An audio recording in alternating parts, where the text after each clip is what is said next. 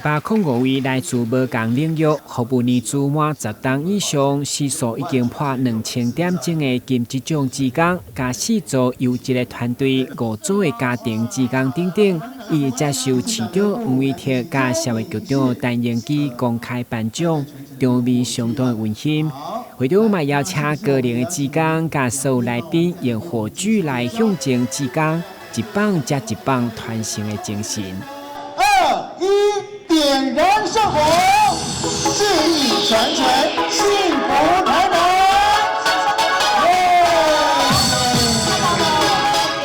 但是有17000多个，事实上都已经服务超过很多年的哈。那累积的时数，每个志工平均有187个小时。这个不是说你挂几年名志工你除了这些的对当表扬，真的有出来服务的哈，真的是非常谢谢。那我想没有了志工，台南市一定变得非常非常糟糕，因为政府的力量有限，公务员人数有限，但是志工所付出的却是大家都看得见。所以我想在这边特别谢谢各位，也要祝福大家平安喜乐，因为行善是最乐，好，那做志工最快乐。其中83岁担任志工服务已经35档的贾美英，除了欢喜心长期奉献付出，核算金职奖的肯定，嘛因为伊鼓舞厝内人拢出来做志工，摕下家庭志工奖，成为上了得主，全家伙仔做伙留下甜蜜的回忆。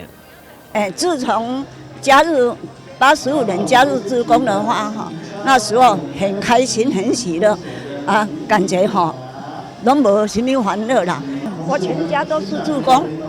全家女儿、大女儿、媳妇、那个孙啊，拢老公，统统志工。另外，志工服务除了外教老、学教老，对少年一辈来讲，长期志工服务嘛是真好的磨练。不管是小朋友、长辈，然后到社区去做服务，那我们也到偏乡，也到原住民的小朋友。那就是今天很荣幸可以荣获这个就是服务10年以上，然后时数2000小时以上才能荣获的金质奖。那非常感谢就是胜利之声广播公司